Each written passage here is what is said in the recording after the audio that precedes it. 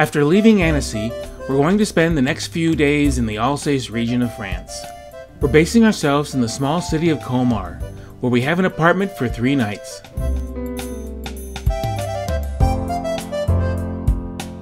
After getting a quick tour of the facilities, including a much-needed washing machine, we head out in search of the restaurant Le Corpterie de Georges, recommended by our host. We're staying in the beautiful Old Town area, which really gave us a feeling of Germany rather than France. The restaurant we're going to is a steakhouse, where they actually age their own meat, so we ordered a steak with some wild mushroom sauce, followed up with coffee, cinnamon, and chocolate ice cream. Today we're spending the day exploring the town. This whole area is the Alsace wine region, and Colmar is considered its capital. It's also one of the driest cities in France, hopefully leaving that rain behind us. One of the architectural highlights of the town is the Pfister House, known for its distinctive wooden balcony and turret. The exterior is also covered by detailed murals, depicting scenes from the Bible.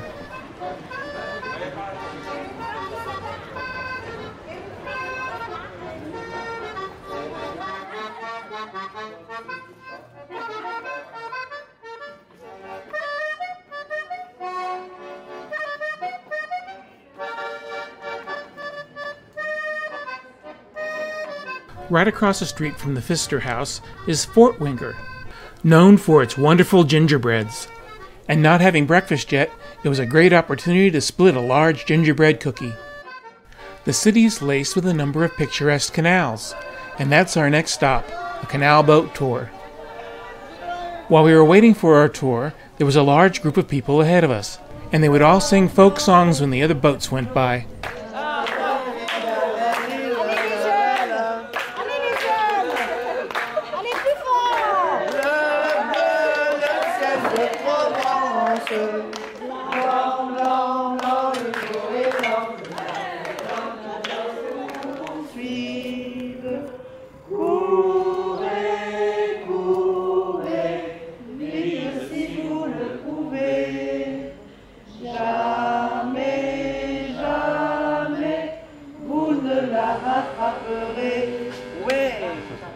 Our trip started out a bit boring. It looked like we were traveling through people's backyards. With the name of this area called Little Venice, it seemed a bit misleading. For this boat I need to speak with 3 languages. First I speak in German because it's easy for me to make in that way, after in English and after French. Welcome Mr. and Mrs. on the Loure. Loure, it's the name of this river and it's the name of a vegetable. In English it's the vegetable leek, the leek. In the Middle Age, a farmer take the leek on the boat for go to the old market for sold them. And the legend explain one of these farmers fall in the river with this boat and a lot of leek on the boat, and after this river was called the leek, Loure in Alsacien. Even before our tour guide mentioned anything, this tree caught my eye. On the left side you can see a gigantic tree. This tree is a Californian sequoia and it is 200 years old, 200. But it's a child because this tree can be years more than 2,000 years. After turning around, we passed the docks that we boarded the boat on. We hoped things would get more interesting as we headed into the heart of the town. Here in the old city, on the right and the left, you have the old washing place. In the Middle Age, a wife can wash clothes inside the river. Today we have machine for this and the clothes are more clean with the machine.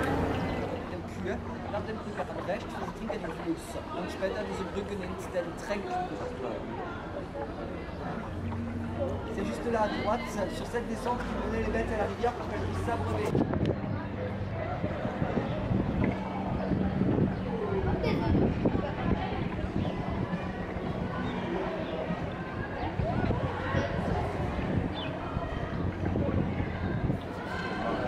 Yeah. For the next bridge, please be careful the head down, please, really. Pour le passage du prochain pont, messieurs dames, attention aux têtes, il va falloir.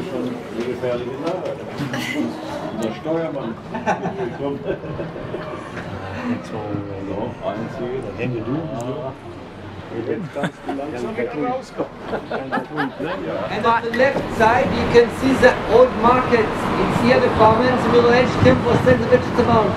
5 years ago it was rest off, and it's another time a permanent market, open 5 days a week. Be careful the head another time please.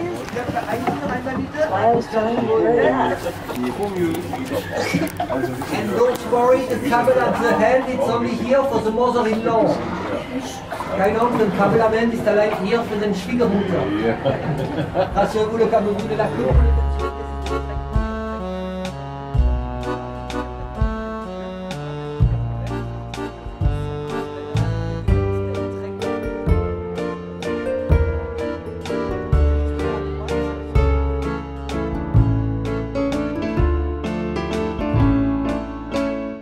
After our boat tour, we decided to visit the covered market hall. I liked the fountain outside, with a guy just kicking back, drinking from a keg. The market wasn't that busy, but Marianne did find a wooden thimble for her mother's collection. Now, we've all seen a ping pong table for two, but this is the first time I saw one that plays four. Well, it's getting time for lunch, and so we head on over to Maison Rouge, another recommendation from our landlord. It had a really nice atmosphere, and after a glass of wine, we were ready for the main course. The plate du jour was a puff pastry, with a seafood mixture covered in a rich creamy mushroom sauce. And these great carved chairs certainly caught Marianne's eye. Stopping by an artisan market, we took a look at some of the local crafts. Throughout this region, we've seen these green stem glasses. We later found out they're called Roma Glasses, and though popular in the Alsace region, are actually German, and whose name is in tribute to the Romans, who brought wine grapes to Germany. We ended up liking them so much, we bought a set of 6. With control of this area switching between France and Germany over the years, it has a very mixed heritage. In fact, it's very common to see German names, and even have sauerkraut and bratwurst served in a lot of the restaurants. This is the courtyard of the artist Bartholdi, who was born here and is the creator of the Statue of Liberty.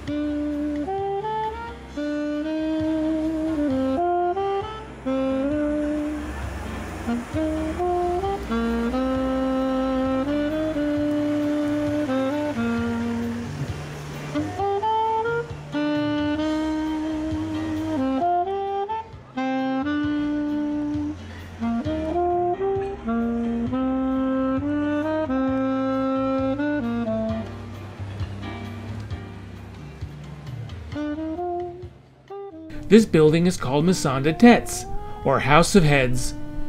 The building dates back to 1609, during the German Renaissance, and it owes its name to the 106 heads, which decorate its facade.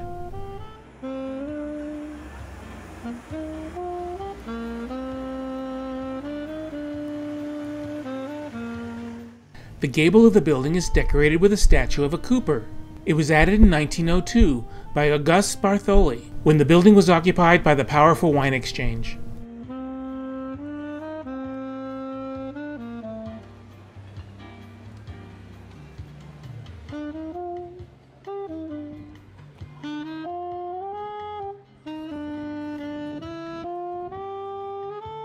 This is St. Martin's Church, the largest in Colmar. The building itself is built with this pink-orange sandstone, which comes from the local Vosges mountains. The present building was built between 1234 and 1365, but during recent archaeological excavations, foundations of other churches were found, dating back to the Romans. Having a big lunch, we just stopped at a bakery for a baguette, and at Fort Winger's for a loaf of gingerbread. Adding the rest of our cheese from Versailles, and some sausage and brie left over from the market in Bonn, we were set for dinner. After relaxing a bit back at the apartment, we ended our day with a nighttime walk through the city.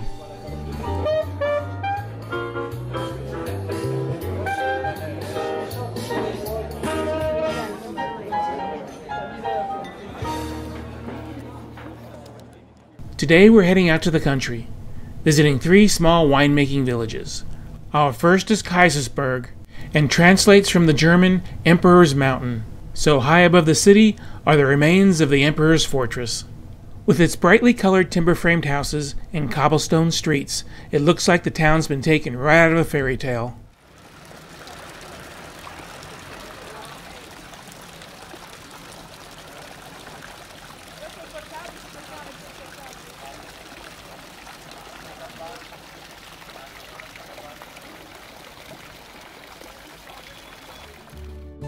We noticed a number of shops selling these bright colored ceramic bundt pans, which are used to bake a local cake called a kucheroff. The cake is made from a soft yeast dough, and has almonds, raisins, and a cherry brandy called Kirschwasser. With them being warm out of the oven, we were both surprised how good they were. Marianne also tried something called a tornado. It was like a pan of chocolate, only better. More chocolate. And I had to try some local Munster cheese, since the town of Munster, where the cheese originated, is right down the road.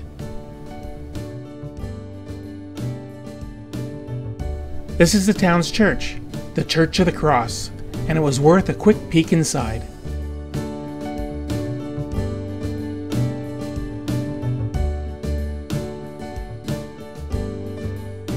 This is one of the very first spring-wound clocks made, and it dates back to 1511. Kayersberg is also the birthplace of Albert Schweitzer, and his home has now been turned into a museum. As we were getting ready to leave, they were just setting up an open-air market. The crepes here look pretty good, but we are already stuffed with all the other good food we already had this morning. Bonjour. This young man looked like he was still in training. I guess making crepes aren't as easy as it looks.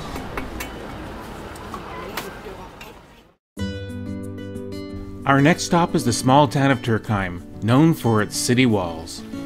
We entered the city through the France Gate, one of 3 gates that enter into the town. We picked up a simple map at the tourist office, which laid out a 50-minute historic walk. Compared to Kayersberg, this was a quiet little town with not a whole lot to see or do.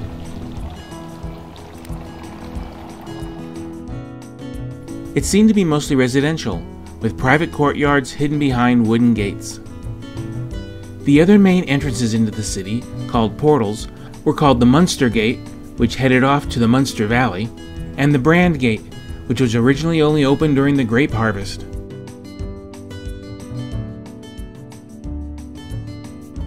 With not having much to see, we decided to cut our tour short, and we headed back to the main gate. Turckheim is well known for its wines, especially its Gewürztraminer. And on our way back, we peeked into a small winery, who had just finished the crush for this year's harvest. Our last stop of the day is a small town called Equisheim, and we timed our visit during the new wine festival. As we were walking into town, we passed by one of the small vintners bringing in some fresh grapes.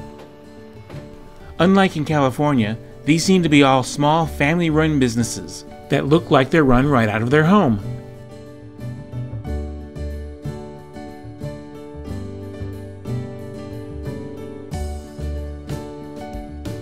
As we were walking into town, we saw a number of different plaques explaining some of the unique features of Equisheim, like this one, whose symbols over the door indicated a cooper lived here.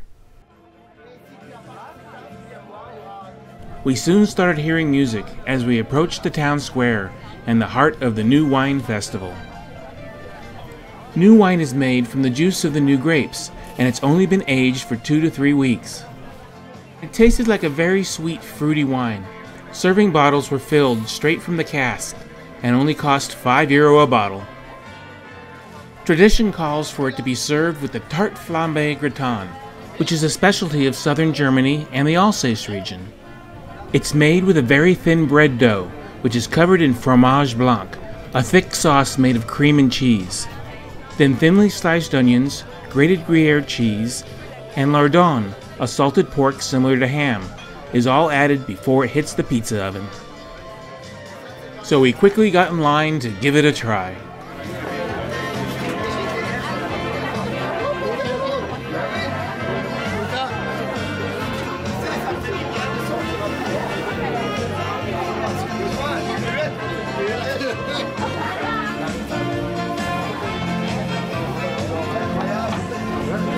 So we settled in with our bottle of new wine and our Tarte Flambe Gratin as the music transitioned over to American folk music.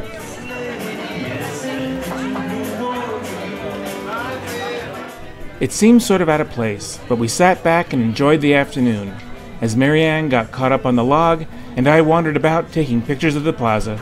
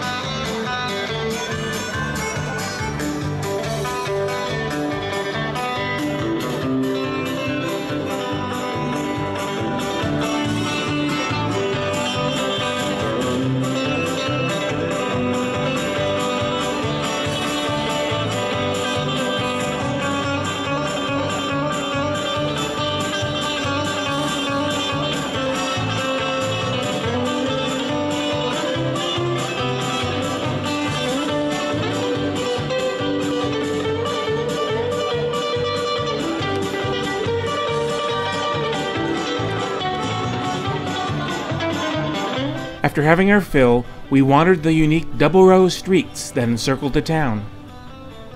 This allowed agricultural supplies to be loaded into one side of the buildings and sold out of the other. It wasn't long before we headed back to the plaza for a second bottle of new wine. And as sort of a fitting end to the day, we passed by the same winemaker who was hauling in the fresh grapes early in the morning with the dregs ready to be taken away. The next morning we pack up the car and head toward the big castle overlooking the valley. It's called Chateau du Haut-Koenigsbourg and dates back to the 12th century. After missing our exit a couple of times, we were rewarded with these spectacular views.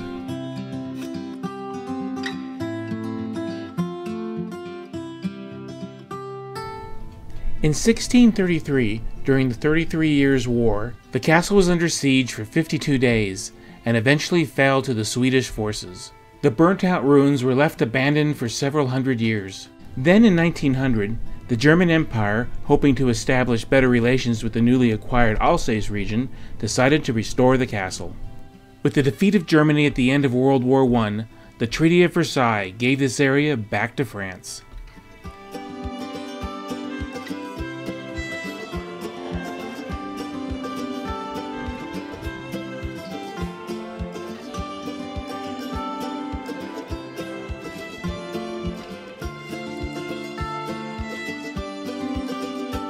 Alterations to the original design of the castle during its restoration is seen here by the corbels indicating that there was a second floor in this room, and the paintings and symbols here were designed for Wilhelm II.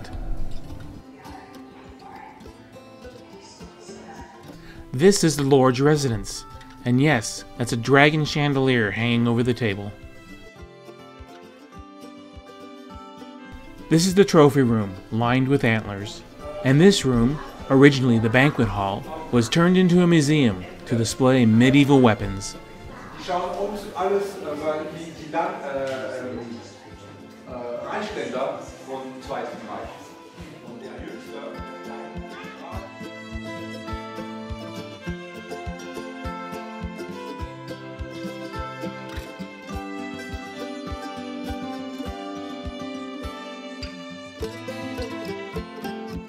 This week France was having a gastronomy awareness program. So here in the castle courtyard, they had a sampling set up of some of the foods from the region, like these pasta balls in a light cream sauce, escargot wrapped in pastry dough, and this layered pâté made of squash.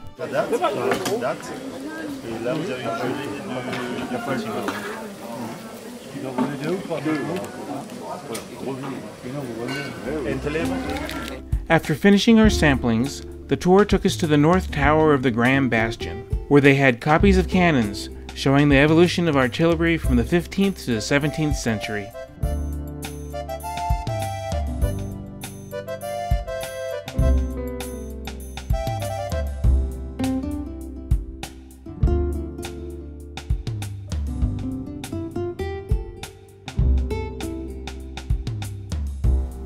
After the tour, we get our final views of the castle, before heading off to Strasbourg, where we'll turn in our car and finish the rest of our trip off by train. Looking back over the last few days, Colmar and the surrounding towns have definitely been one of the highlights of the trip.